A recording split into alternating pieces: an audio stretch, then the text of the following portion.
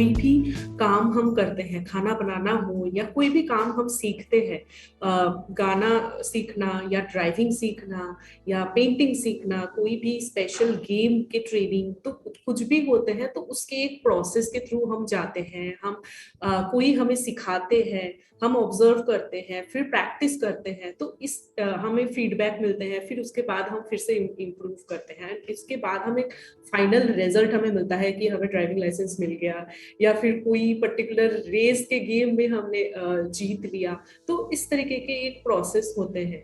तो मैं उसके साथ रिलेट करना चाहती हूँ कि हमारे क्लासरूम में भी हम जब कुछ बच्चों को सिखाते हैं तो वहां पे भी हम इसी तरीके के कुछ प्रोसेस करते हैं। तो मैं यहाँ से रिलेट करना चाहती हूँ कि जो हम कोई सीखने के प्रोसेस से गुजरते हैं उसमें ये ऑब्जर्वेशन, फीडबैक, या फिर उसमें कोई फाइनल जजमेंट एंड उसके कुछ मतलब सीखने सिखाने के कुछ एक्टिविटीज के थ्रू हम जाते हैं।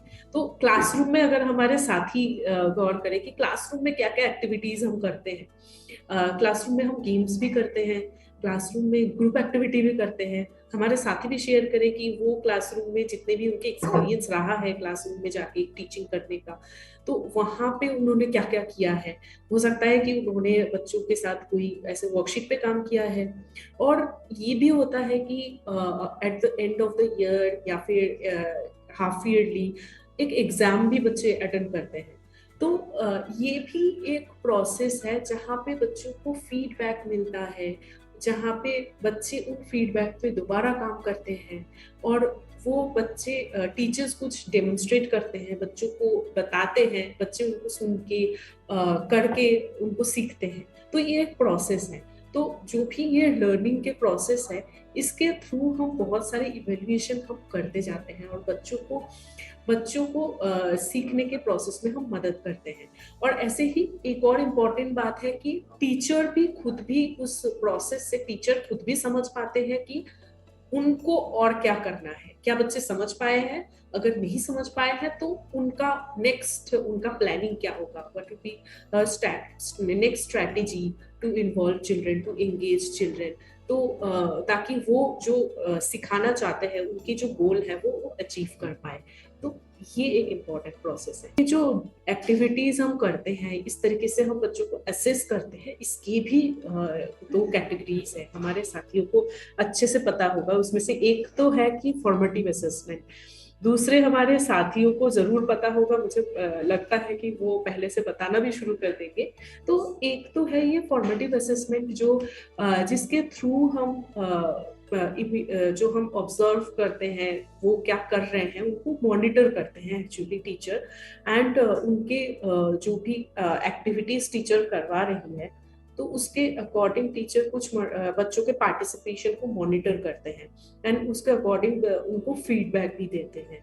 एंड एक और पर्पस है कि इस फॉर्मेटिव असेसमेंट की कि टीचर खुद भी समझ पाते हैं कि कहाँ पे उनको बच्चों को सपोर्ट करनी है, उनके प्लानिंग क्या होनी चाहिए, उनको क्या किस तरीके के टूल्स एंड टेक्निक्स यूज करनी चाहिए। तो इसमें भी टीचर्स को मदद मिलती है। जी राजेश। हाँ दैवी, ये फॉर्मेटिव असेसमेंट जो आपने अभी बताया, ये मुझे क्लासरूम में होता हुआ तो दिखता है। जी। आई मीन सपोज टीचर एक स्टोरी बताता है, उस पे कुछ बच्चों से बातचीत करता है, and then ask them to write a few sentences about the story, and while they are writing she keeps on moving. वो क्लास में इधर उधर बच्चों के बीच में घूमती रहती हैं, एंड देन शी रियलाइजेस कि अच्छा ये बच्चा है नहीं लिख रहा है, या ये तो चुपचाप बैठा हुआ है। तो सी लुक्स एट दैट, मॉनिटर्स कि कौन क्या कर रहा है। This is one.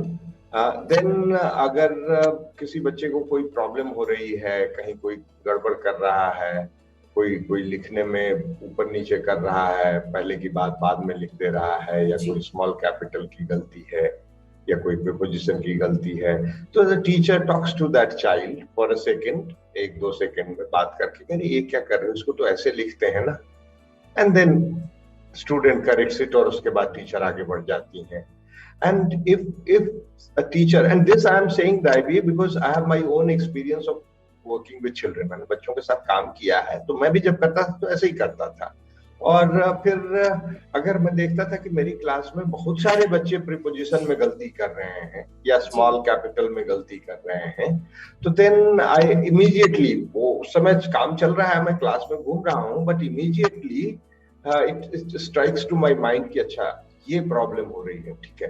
So tomorrow I will plan a class around preposition, और वो फिर अगली क्लास जो मेरी होती थी वो प्रीपोजिशन की हो जाती थी, क्योंकि मुझे पता चल गया कि भाई हम मेरे बहुत सारे स्टूडेंट्स की प्रॉब्लम है। So these three things that you are talking about, to monitor learning, to provide feedback and to design further activities कि आगे क्या करेंगे, ये जो है this happens. So classroom में इसका मतलब formative assessment is something which keeps on happening every time, every day. Yes, definitely. Yes, definitely. तो फॉर्मेटिव असेसमेंट का पर्पस यही होता है कि वो रेगुलर बेसिस पे फीडबैक, मॉनिटरिंग फीडबैक एंड उसके अकॉर्डिंग डिजाइनिंग, ये एक रेगुलर एक्टिविटी क्लासरूम में चलती है, और इसके थ्रू हमारे टीचर्स बच्चों के प्रोग्रेस को असेस करते रहते हैं on regular basis. So that vegetable cutting picture, the first one, where father or elder brother was helping children, monitoring them, giving feedback and suggestion कि चाकू ऐसे नहीं, ऐसे पकड़ो इसको, ऐसे नहीं, ऐसे काटो. So that was formative assessment, right? Yes, that is a example of formative assessment. And इस तरीके के जो भी प्रोसेस हमारे टीचर्स करते हैं, जैसे कि आपने भी बहुत अच्छा एग्जांपल यहाँ पे दिया है फॉर्मेटिव असेसमेंट के, जो आपने क्लासरूम में किया है। सो इस तरीके के जितने भी एक्टिविटीज हम क्लासरूम में करते हैं, जिससे हम बच्चों को रेगुलर बेसिस पे ऑब्जर्व कर पाए, उनके सीखने सिखाने की प्रक्रिया को समझ पाए, तो उसको फॉर्मेटिव असेसमेंट में कैटेगरी में आते हैं। और एक कैटेगरी है असेसमेंट के, ये है समेटिव असेसमेंट।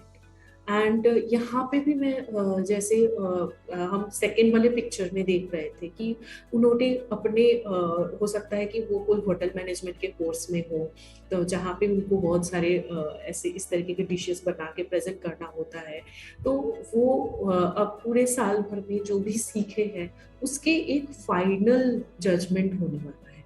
तो वहाँ पे एक्चुअली असेस होने वाला है कि उन्होंने what kind of skill knowledge they have acquired during the year.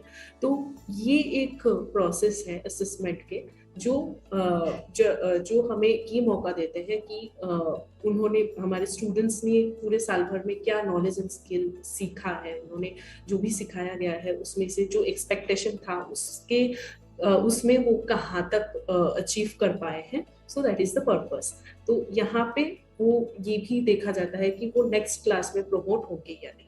तो ये समेटिव असेसमेंट के पर्पस है। Maybe now it's coming clearly to me कि हाफ ईयरली एग्जाम या क्वार्टरली एग्जाम या term and exam, semester and exam या year and exam, जिसको हम एनुअल एग्जाम भी कहते हैं, these are all summative assessments कि भाई एक सेमेस्टर में, एक टर्म में या एक साल में how much did you learn, and on that basis you get 40, 50, 60 जो भी है मार्क्स आपको मिलता है, and you are promoted to the next term or next semester or next year, or if you do not then you have to stay back. अगर आपको उतने marks नहीं आते हैं तो आपको उसी क्लास में एक सेमेस्टर या एक टर्म और पढ़ाई करनी पड़ती है। ये पहले तो ऐसा ही होता था, अभी भी शायद सीनियर क्लासेस में ऐसा ही होता है। बट इवन स्कूल में भी, जहां एलिमेंट्री क्लास की हम बात कर रहे हैं, though we do not hold them, promotion तो नहीं उनका रुकता है, वो अगली क्लास में चले तो जाते हैं, but this feedback goes to the next class that this child is below the level. और फिर वो अगला जो टीचर है उनके साथ अकॉर्डिंगली काम प्लान करता है कि भाई इसने अभी क्लास 3 से क्लास 4 में तो she came but she has not acquired the ability as she was expected, तो उसके साथ थोड़ा सा पिछले क्लास के हिस्से का भी काम करना पड़ता है।